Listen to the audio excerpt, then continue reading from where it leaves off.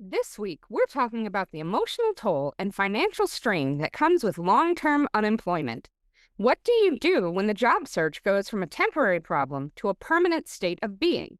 For the people in the documentary Surviving Las Vegas, the answer to that question was busking, a quirky type of street performance that can sometimes become a lifeline for those pushed to the margins. When the promise of regular work dried up, these people found that in Sin City, being a little strange can be a lucrative skill. You're listening to Real Stories, Real Problems with Rachael and Roxanne.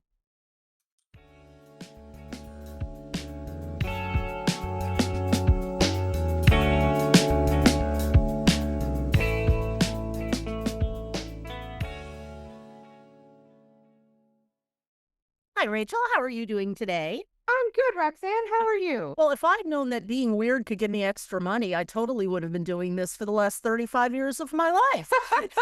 Because I could totally do what these people do.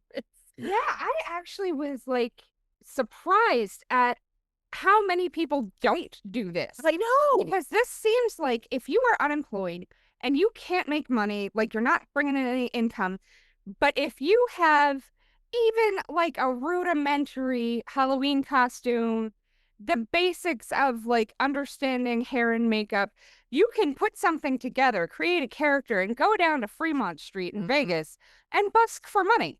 And you don't need a busker's license. Nope. You just show up and do it. You don't even need a skill. It's not like they're street musicians like in New York. You just stand there and look weird and people pay to have their picture taken with you. And what was interesting is we were introduced, I think it was his name, Gary, the Gene Simmons. Gary, like the Gene Simmons? Right. That's his thing. He's a Gene Simmons for the band Kiss impersonator. And the last time I was in Las Vegas, which it turned out was a year later than this documentary was filmed, so it's definitely the same guy, I saw him on Fremont Street, and he was kind of terrifying because he was wearing these huge platform shoes, and he was like 9 feet tall, and it was 105 degrees, and he's wearing this full body leather vinyl outfit with full face makeup, and I'm like, oh, this poor man. So yeah, I've experienced this, and you have a personal Las Vegas connection. I do. My husband and I got married in Las Vegas, and not one of those, forget everybody else, let's go get married with Elvis, and that's fine. We had a proper destination wedding. We had bridesmaids and groomsmen, and we had the dinner and cake and all of the things. We just did it in Vegas because I grew up in a different state than my husband. And so either way, whether we had the wedding where I grew up or where he grew up, we were going to have people who were going to have to travel across the country. And we're like, well, if some people are going to travel, everybody's going to travel, and we're going to go to Vegas, and everybody's going to have a great time. Totally. That's such a wonderful. I wish I had known you that. Can you imagine the two of us at loose in Las Vegas? Oh my God. So one of my friends, who I'm not going to name here in the podcast, but I'll tell you afterward.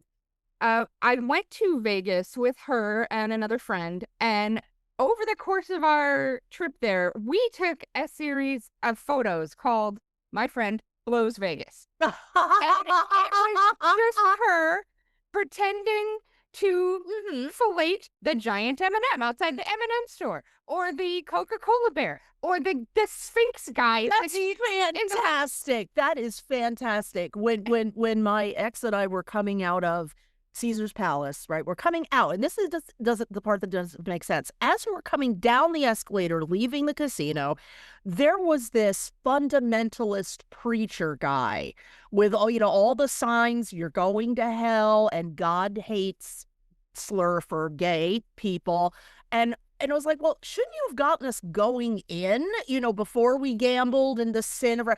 But the best part was these two men who I don't think even in life knew each other, just started making out right in front of this guy. It was, I don't know if they were gay. I don't know if they were together, but it was fantastic. They were just, embracing the Vegas spirit. Exactly. And I was like, yeah, and there wasn't a damn thing the guy could do about it, Well, and I actually learned something about those people who are sent out with like the sign and all that. That is a purposeful decision. So to create an us versus them. Yes. Because people are not going to be nice to you when you are being aggressive in that way. Mm-hmm. So that when they go back, they can be like, oh, the rest of the world doesn't love you like we do. They don't understand. It's a cult tactic. I got it. Oh, makes And sense. so every time I see somebody like that, I'm just like, oh, I would feel bad for you if you were not abhorrent. Right. If you were not a dick. Yes.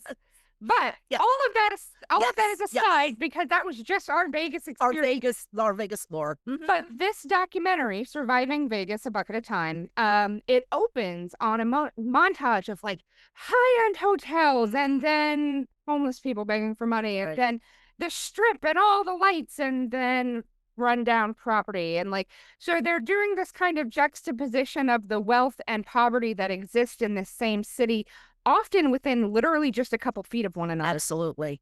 And so they're introducing us to these people who live basically around the edges of Las Vegas society. Mm-hmm. Like we said, Gary is a Gene Simmons lookalike. He goes out and performs as Gene Simmons.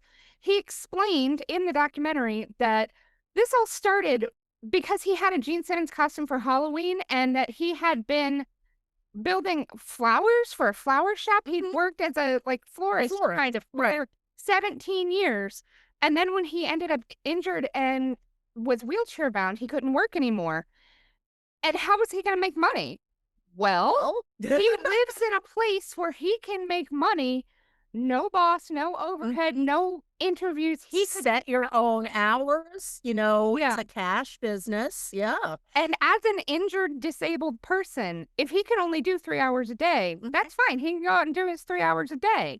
Or if today he feels good and he can do 6 hours, he's good. So this really was a option for him that I think is weirdly to say is kind of a blessing. No, it is. It absolutely is. And it's a good thing he lives in Las Vegas because there are very few towns in this country where you could do that. New York would be one, San Francisco probably, but Vegas is the one. Vegas, Austin, where nobody will question it. I mean, I was in Vegas for 2 days and I saw my first Elvis getting out of a cab. It was the cognitive dissonance. That's really quite unsettling. I was hoping he'd offer to marry us, but he did not. Well, and then as we're talking to Gene, we're meeting other people. We meet Charles, who dresses as Cupid, which means cutting a shirt real high so that his nipples stick out and he puts pasties on. And then he cuts a big hole in the back of his pants and wears a red thong so his butt cheeks hang out. He freaked me the fuck out. And he's a lovely man. And he carries a little children's plastic bow and arrow set that he's painted to look like hearts and Cupid and whatnot. And apparently he's the nicest guy. Everybody seems to really love him. They think the world of him. But his shtick is getting men to pay him to motorboat their girlfriend's boobs because it's funny that Cupid did that.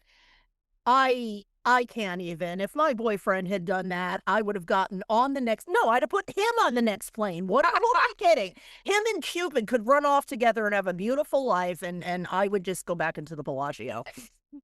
But I mean, Charles was a mechanic. He lost his job and he couldn't get hired anywhere that was going to pay him the same amount of money.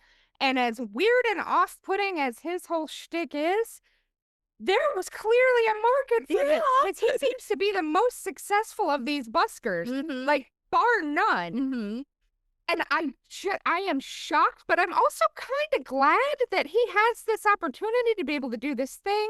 Later in the documentary, it brings up that he brings his daughter into it, and she also starts performing and busking for money, and it just was this weird thing to see people and say, okay, what were you sitting at home thinking of? And we're like, what can I do on Fremont Street? I can just see me going up to my father. Dad, I have an idea about how you can make some more money. No, that'll send me into therapy for another year. That would be my psychiatrist's summer home. Absolutely. And, the buskers all talked about how it can be a very hit or miss way to make money.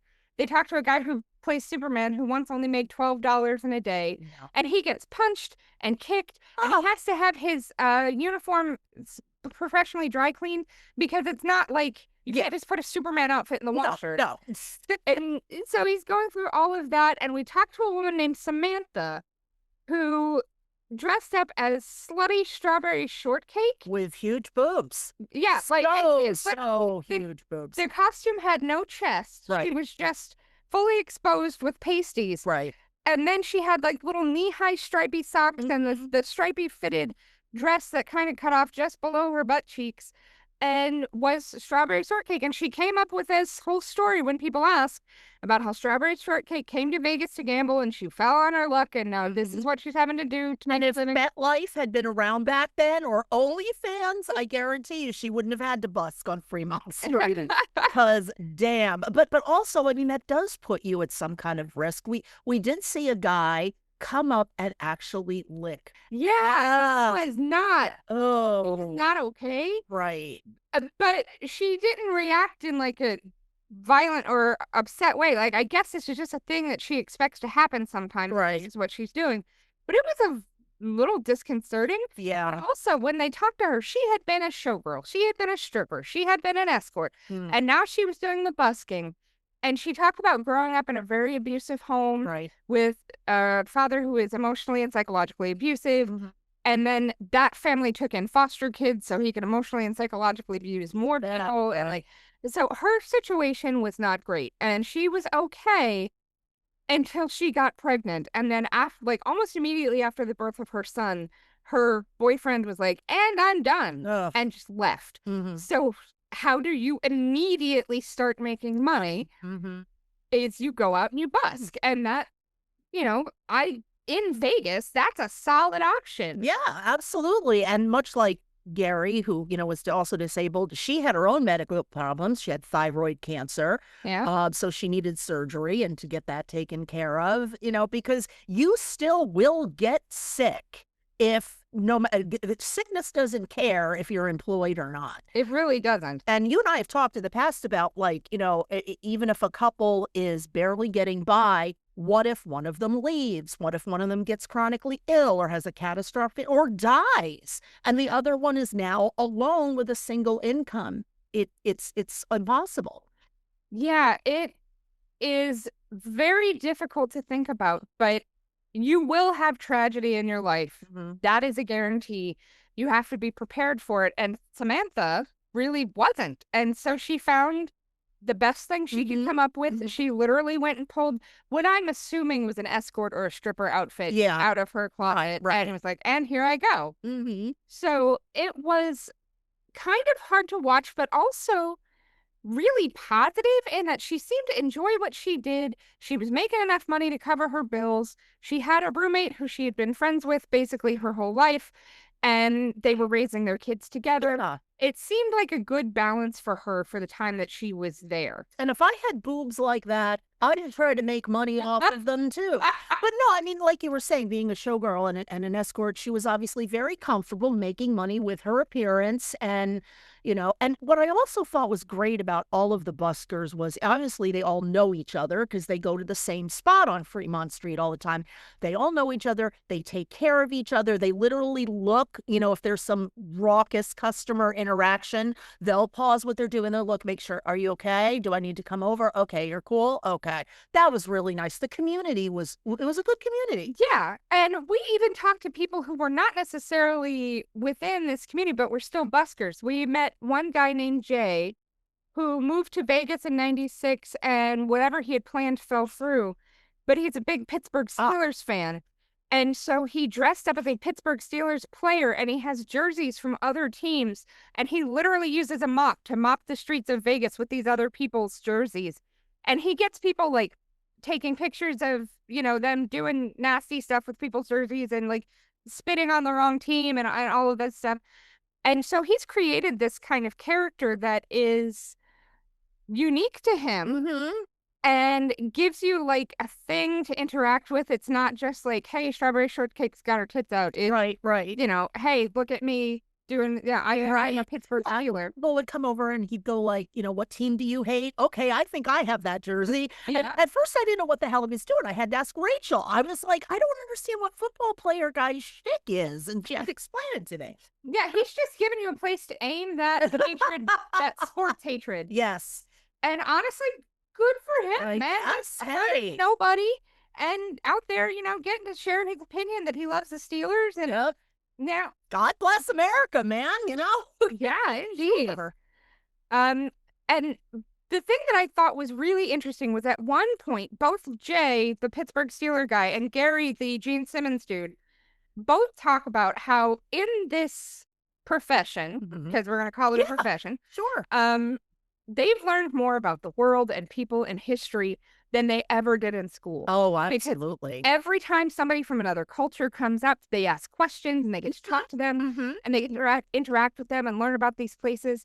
Like, this is the thing that every time Turning Point USA or another like conservative right-wing thing says college indoctrinates you and makes you liberal. No, it's the being exposed to people who are Right. from other places. Exactly. And you're sitting in class with gay people and black people and Muslims. And, This is, oh my God, this is what I tell my students every semester. I'm like, for the first time, for many of you, you are now interacting with people that are not like you. Make as many friends as you can of other religions, other sexualities, other ethnicities. You know, just talk. I'm not saying become best friends with them, just talk to them. Yep. And so these men who are on the outskirts of society, have been impoverished and kind of shoved to where they can't work, and they're kind of making this happen. They are learning so much about the world and developing this rapport with all these people. I thought this was amazing that they were able to be in this situation that a lot of people would not be comfortable in, Right. and turn it into something great. Absolutely. It's I mean, especially on Fremont Street, especially, it's 80% tourists. People who live in Las Vegas don't hang out on Fremont Street. They've seen it.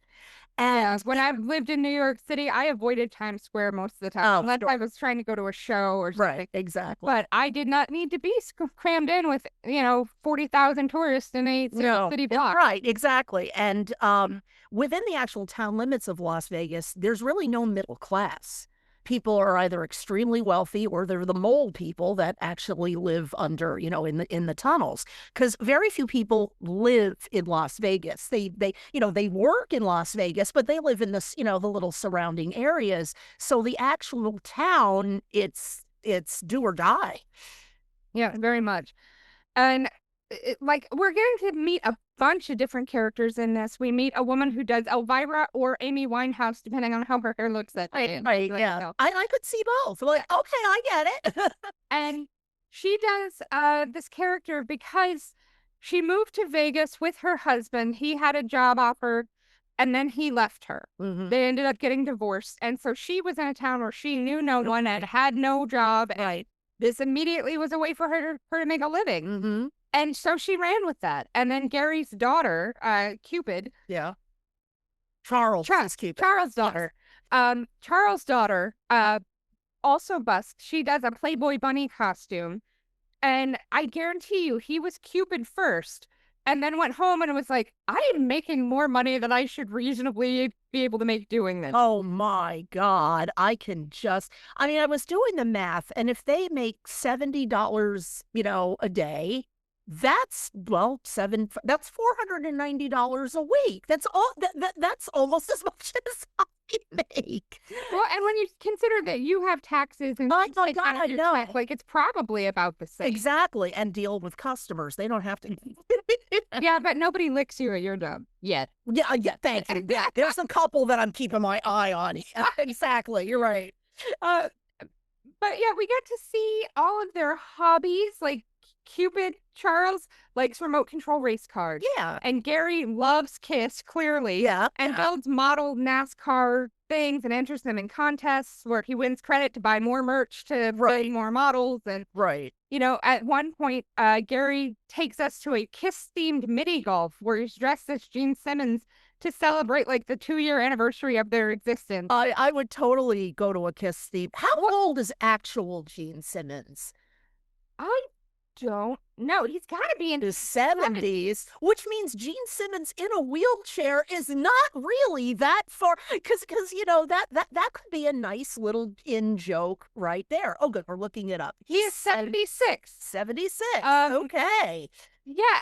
So it's very funny. And also, I'm hoping Gary got paid for that. Yeah. Because that is the kind of thing where if he can pick up work as an impersonator in addition to the busking, that really works in his favor Because there's a lot of people like our age that are Kiss fans. I would think, I mean, I'm not a Kiss fan specifically, but if I was, I think it would be hilarious to have Gene Simmons come to my birthday party, throw him $150. That would be so fun. That would be so fun. And he was also saying about how whenever there's a classic rock event in Vegas, he gets, a little more money, because people like us go to those things. And, Yeah, so I can just see my dad going to a classic rock event in Vegas and hanging out with the Gene Simmons impersonator on Fremont Street. That's very that's likely. Knowing what I know about your dad, that's very likely to happen. Right.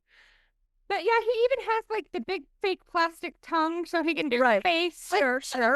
Because no, that's Gene Simmons' one weird trick. But yeah, we get to see all of these stories, and about halfway through the documentary, we find out that Samantha Strawberry Shortcake has been diagnosed with cancer of her thyroid, and that she'd had it for a long time, but just had been neglecting it, then not having it checked out, even though her doctors kept saying, you have a nodule, you need to go get it examined. Right. Because, who has the money and like the time and all of that stuff.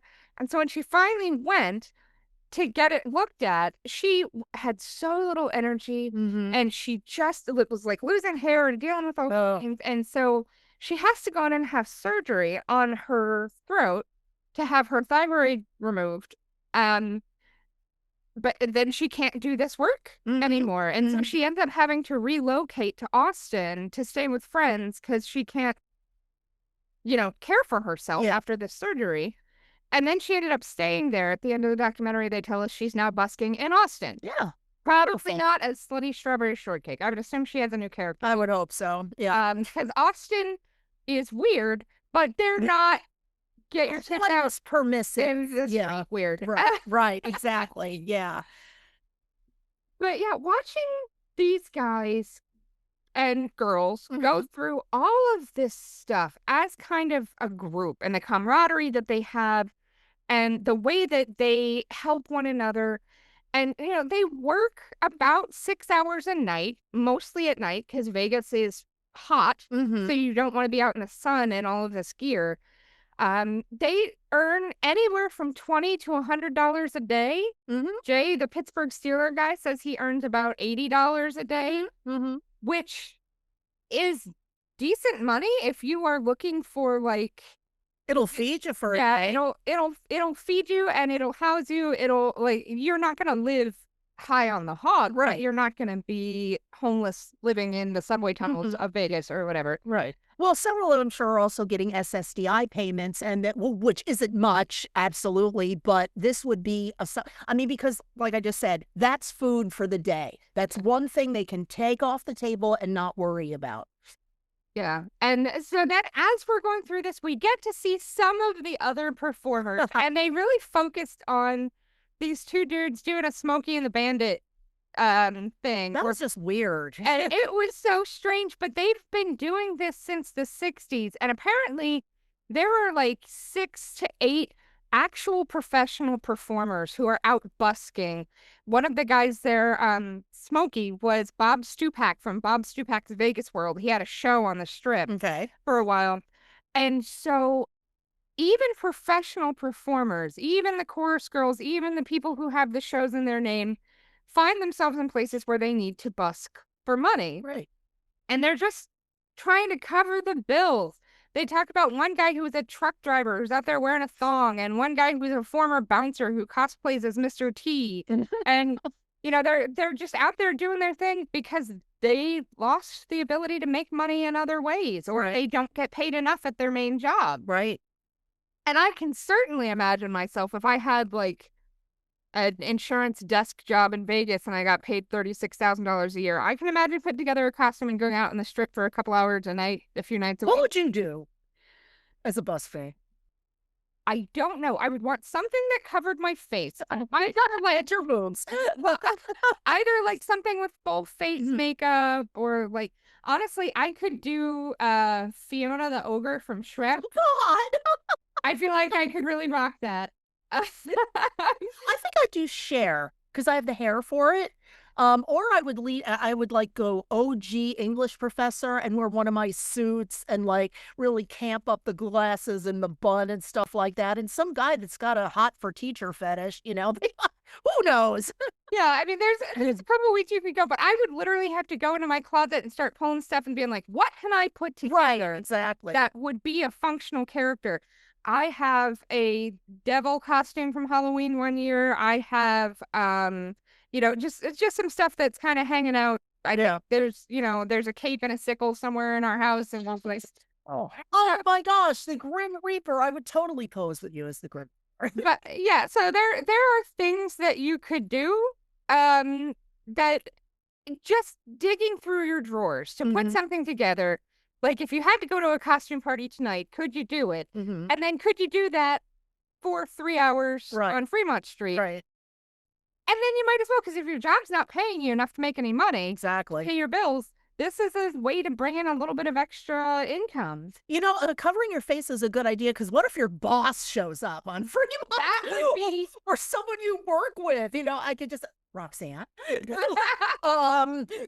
Hi, Mr. So-and-so, Or God forbid your parents are on vacation. Oh my God. You're all Your parents think you've got this high-end desk job and everything, and oh my God, that's funny. Yeah, so, I mean, I don't know that I would be great at busking. I'm not fantastic with people, especially in a face-to-face situation. I've done retail. I can do the retail voice and the retail smile and all of that, but I just, in an interaction where I have to talk to you and get to know you, my brain kind of freezes and I'm like, you like stuff?